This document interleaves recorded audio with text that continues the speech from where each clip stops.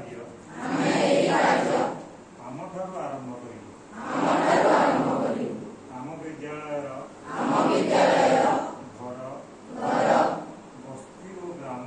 बस्ती और ग्राम तथा शहर को सफा सुतुरा रखा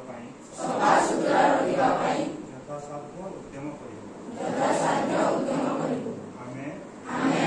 कौनसी स्थान मैला करिबु नाही अपरिष्कार स्थान को